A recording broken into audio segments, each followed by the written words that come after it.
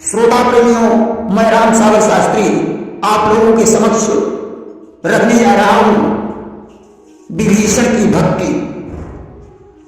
देखिए, विभीषण जी राम के परम भक्त थे, जिन्होंने ब्रह्मा जी से वरदान में राम के चरणों में अनुराग मांगा था। जिस समय हनुमान जी लंका में सीता जी की खोज कर रहे थे, तो उन्होंने प्रत्येक घर में सीता जी को ढूंढा। कुंभकर्ण को उन्होंने सोते हुए देखा, रावण के महल में सीता को ढूंढा, परंतु वहां भी सीता जी नहीं मिली। स्त्रियों के झुंड में उन्होंने मंदोदरी को देखा, तो उन्हें ऐसा आभास हुआ कि शायद यही सीता है। लक्ष्मण जी ने हनुमान को सीता के चरणों की पहचान बताई थी। उसका मिलान करने पर हनुमान जी समझ गए यानी सीता जी नहीं है। अब आप लोग कहेंगे कि आखिर मंदोदरी को देखकर हनुमान को सीता होने का भ्रम कैसे उत्पन्न हो गया? क्योंकि मंदोदरी को भगवान विष्णु ने अपने शरीर के लगे हुए चंदन से बनाया था। देखिए, एक बार शेष जी ने श्वास खींची, जिससे कैकसी का पूजा वाला शिवलिंग उनकी श्वास के साथ खींचकर पाताल को चला गया। कैकसी ने रावण को शिव के पास उत्तम शिवलिंग लाने के लिए भेजा। रावण ने कैलाश पर्वत पर पहुंचकर शिव को प्रसन्न किया। शंकर जी उसके समक्ष प्रकट हो गए। उन्होंने कहा, वत्स वरदान मांग लो। रावण बोला, भोलेनाथ, मेरी माता का पूजा वाला शिवलिंग पाताल को चला गया है, इसलिए एक आत्मलिंग प्रदान करो। दूसरी बात, पत्नी बनाने के लिए मुझे पार्वती जी को दे दो। भगवान शंकर ने तथास्तु कह दिया। अब तो पार्वती जी बहुत दुखी हो गई। आज शिवलिंग के सहित रावण पार्वती को लेकर लंका की तरफ चल पड़ा। भगवान शिव ने कहा, एक बात का ध्यान रखना, आत्मलिंग को तुम जहां पर रख दोगे मैं वहीं स्थापित हो जाऊंगा। अब तो रावण शिव को प्रणाम करके शिवलिंग को लेकर पार्वती जी के सहित प्रसन्न मुद्रा में चल पड़ा। उस समय पार्वती जी ने विष्णु का दुखी होकर स्मरण किया कि दीन दयाल बिरद संभारी, अभरनाथ मम संकट भारी। गिरजा की प्रार्थना सुनकर भगवान विष्णु ने अपने शरीर के लगे हुए चंदन से एक कन्या बना ली और मैदानव को प्रदान कर दी। मैदानव से लेकर पाताल लोक को चला गया। इतना करने के बाद भगवान विष्णु ब्राह्मण बनकर रावण के पास पहुंचे। रावण ने ब्राह्मण समझकर मित्रता कर ली। विष्णु ने पूछा, ये तुम्हारे साथ में स्त्री कौन है? रावण बोला, ये पार्वती जी हैं। या शिवलिंग मैं अपनी माता कैकसी को दे दूंगा और पार्वती को अपनी पत्नी बनाऊंगा। विष्णु ने कहा, महाराज, तुम्हें शंकर जी ने ठग लिया है। असली पार्वती को मैदानव के घर में छुपा दिया और नकली पार्वती तुम्हें दे दी। इन्हें वापस करके मैदानव के घर जाओ और वहां से असली पार्वती जी को ले आओ। अब तो रावण का दिमाग चक्कर में पड़ गया।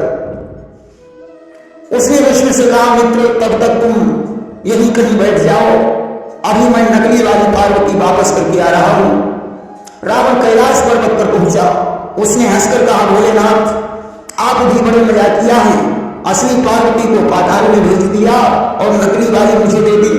इन्हें रख लो, मैं पाताल से असली वाली पार्वती को ले आऊंगा। अब रावण शिवलिंग को लिए हुए वापस लौटा। भगवान विष्णु ब्राह्मण के वेश में वहीं बैठे हुए मिल गए। रावण ने कहा, मित्र, ऐसा करो, यह शिवलिंग अपने हाथ में पकड़ लो। मुझे बड़ी जोर से शंका लगी है। जब तक मैं लौट कर ना आऊं तब तक इसे पकड़े रहना। विष्णु ने कहा, जाओ, परंतु बहुत देर मत करना, अन्यथा मुझे जमीन पर रखने की मजबूरी होगी। रावण जब शंका करने चला गया, शीघ्र लौट कर नहीं आ पाया। भगवान विष्णु ने समुद्र के पश्चिमी तट पर शिवलिंग को रख दिया और अंतर ध्यान हो गए। रावण जब लौट कर आया तो उसने किसी ब्राह्मण को नहीं देखा। शिवलिंग को जमीन पर रखा हुआ देखकर अपने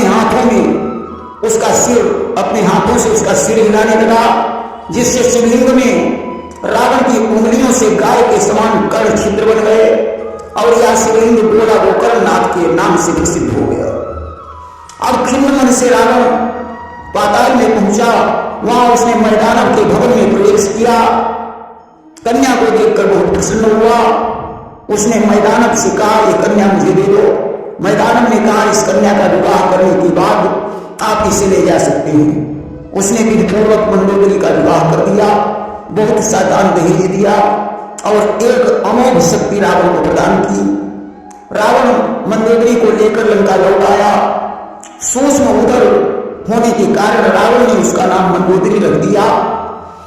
कैकसी ने रावण से कहा, शिवलिंग कहाँ है?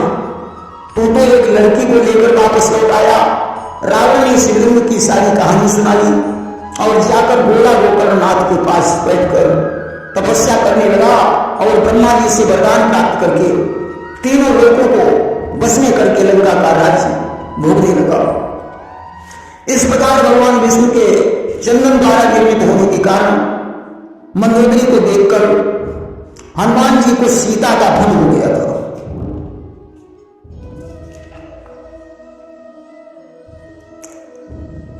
लेकिन इस समय हनुमान जी लंका में सीता जी को खोज रहे थे। खोजते खोजते उन्हें एक ऐसा घर दिखाई पड़ा जिसके ऊपर राम का नाम लिखा था।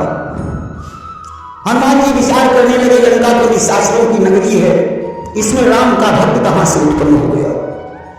मुझे इस भक्त पुरुष से जरूर मिलना चाहिए।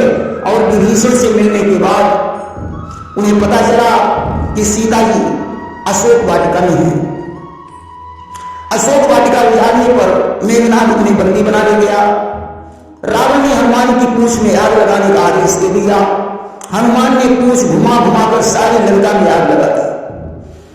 कि राम बिनुख लंकेश की स्वर्ण लंक भई छाव, बची विभीषण की कुटी राम नाम आभार। विभीषण के घर पर राम का नाम लिखा हुआ था, इसलिए उनका घर सुरक्षित बच गया। विभीषण को राम के नाम की महिमा पर अटल विश्वास हो गया। देखिए, जिस समय सेतु का निर्माण हो रहा था उस समय नल और नील पानी पर पत्थर तैरा रहे थे। नल एक पत्थर पर रा लिखते थे तो नील दूसरे पत्थर पर मां लिखते थे।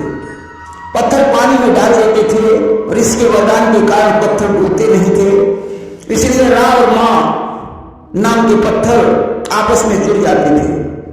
इसमें राम के नाम का प्रताप अधिक महत्व रखता था। 5 दिन में शिवलिंग का पुल निर्माण हो गया। विभीषण जी को राम के नाम की महिमा पर दृढ़ विश्वास हो गया।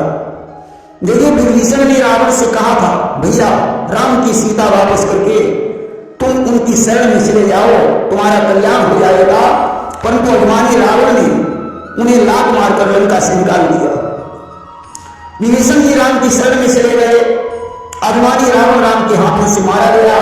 विभीषण लंका के राजा बन गए। राम के राज तिलक के समय विभीषण जी ने राम को एक मणियों की माला पहनाई।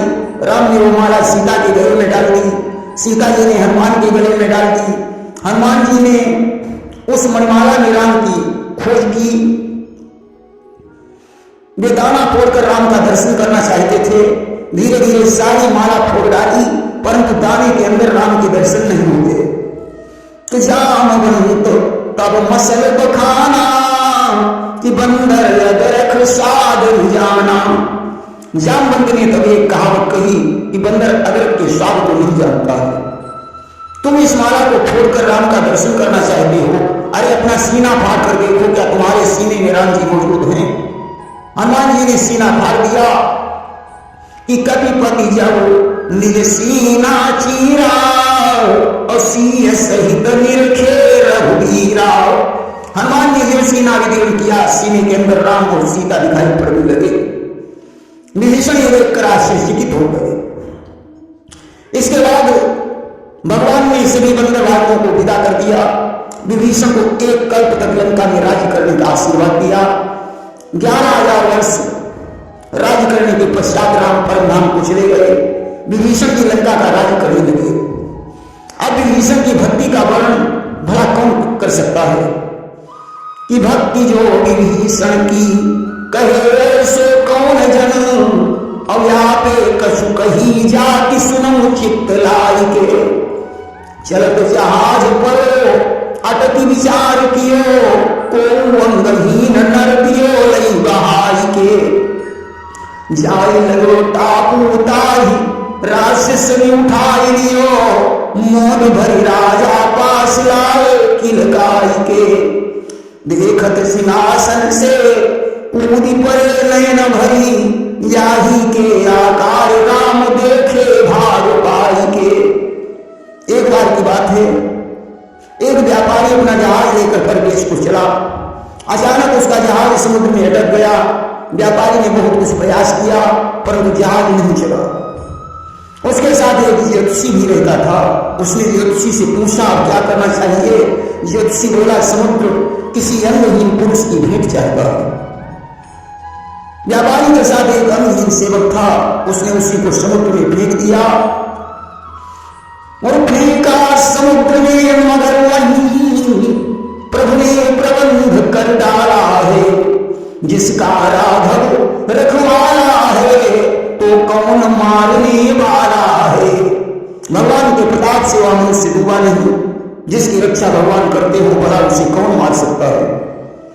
उधर व्यापारी का जहाज चल पड़ा, वहां प्रदेश को चला गया और इधर वह मनुष्य बहते बहते लंका के टापू पर जाकर लगा। राक्षसों ने उसे देखा, उठा लिया और विभीषण के पास ले आए। विभीषण जी सिंहासन पर भगवान राम के मेरे अनुराग में ध्यान मग्न थे। जब उस मनुष्य को देखा सिंहासन से कूद पड़े। उन्हें तो प्रत्येक मनुष्य भगवान राम के समान लगता था। उस मनुष्य को देखकर विभीषण को प्रभु श्री राम की याद आ गई। विचार करने लगे कि मेरे प्रभु इसी मनुष्य के समान थे। आज मनुष्य रूप में बड़े भाग्य से मुझे प्रभु का दर्शन हो रहा है। उनकी आंखों में प्रेम के आंसू भरे हुए हैं कि रचि सो सिंहासन पई लई बिठाता ही क्षणम, राक्षसन रीझ देत मानी शुभ घड़ी है।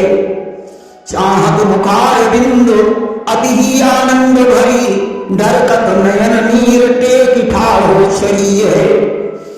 तमुना प्रसन्न होत क्षण क्षण पे छीन ज्योति, होइए कृपाल मति मेरी अति हरी है। करो सिंधु पार मेरो यही सुख सार दियो, रतन पार लाओ गाही ठौर परी है। अच्छे अच्छे कपड़े और आभूषण पहनाकर विभीषण ने उस मनुष्य को सिंहासन पर बैठाया। धूप दीप नैवेद्य से उसकी पूजा और आरती की, न्यौछावर करके रिसार्चों को बहुत सा उपहार दिया। उस घड़ी को बहुत शुभ मान करके सोने की छड़ी हाथ में लेकर उसके सामने खड़े हुए बड़ी श्रद्धा के साथ उस मनुष्य का दर्शन कर रहे हैं। आंखों में प्रेम के आंसू भरे हुए हैं परंतु उस मनुष्य के मुख पर कोई प्रसन्नता नहीं दिखाई पड़ी। वह यही विचार कर रहा था कहीं ये सत्कार करने के बाद मुझे बलिवेदी पर न चढ़ा दें। विभीषण हाथ जोड़कर कहने लगे इस दास के लायक कोई सेवा बताइए जिससे आपको परम सुख प्राप्त हो। मनुष्य आंखों में आंसू भरकर बोला मुझे समुद्र के पार उतार दीजिए, इसी में मेरा परम सुख है। विभीषण जी ने उसे बहुत से रत्न भेंट किए और समुद्र के किनारे ले आए। एक कपड़े की पट्टी पर राम का नाम लिखकर उन्होंने उस मनुष्य के माथे पर बांध दिया कि राम नाम लिख शीस मध्यता बांध दियो, अब आपको यही पार कर भाव सासो पायो है। ताही ठौर बैठो मानो नयो रूप भरो, गयो जो जहाज सोई फेर के लायो है। यो पहचान पूछो सब सर्व खान कियो, हियो सायो सुन विनय कर चढ़ायो है। परो नीर कूदने को पायना परस करो, हरो मन देख रघुनाथ नाम भायो है। राम नाम की पट्टी बांध करो। विभीषण ने उस मनुष्य से कहा कि श्री राम के प्रताप से लोग संसार सागर से पार हो जाते हैं। यह समुद्र तो कोई बड़ी चीज नहीं, आप बिना प्रयास के पार हो जाएंगे। विभीषण के सच्चे भाव और विश्वास से वह मनुष्य जल पर थल की तरह चलने लगा। समुद्र के उस पार पहुंचकर उसने देखा कि वही जहाज वापस लौटकर उसी जगह पर आकर लगा। लोगों ने उस मनुष्य को पहचाना और पूछने लगे, भैया तुम समुद्र में डूबने से कैसे बच गए? उसने आज से अंत तक सारी कहानी सुनाई। अब तो व्यापारी हाथ जोड़कर उस मनुष्य से क्षमा मांगने लगा और जहाज पर बैठा लिया। उसके पास अनमोल रत्न की पोटली देखकर नाविक को लोभ उत्पन्न हो गया। मनुष्य ने कहा कि राम के नाम में बहुत बड़ी शक्ति है कि उपजई राम शरण विश्वासा अभवि तर नर विनयि प्रयासा। अगर राम के चरणों में विश्वास हो जाए तो समुद्र की बात ही छोड़ो, मनुष्य अगम भवसागर से पार हो जाता है। उसने राम का नाम लिया और समुद्र में फिर से कूद पड़ा और ऐसे चलने लगा जैसे पृथ्वी पर चल रहा हो। इस प्रभाव को देखकर व्यापारी और नाविक को भी राम के नाम में श्रद्धा और विश्वास हो गया। अब तो सारे लोग मिलकर भगवान राम का गुणगान करने लगे। राम नाम के मंत्र से वे सबके सब संसार सागर से पार हो गए। प्रेम से बोलिए सियावर रामचंद्र की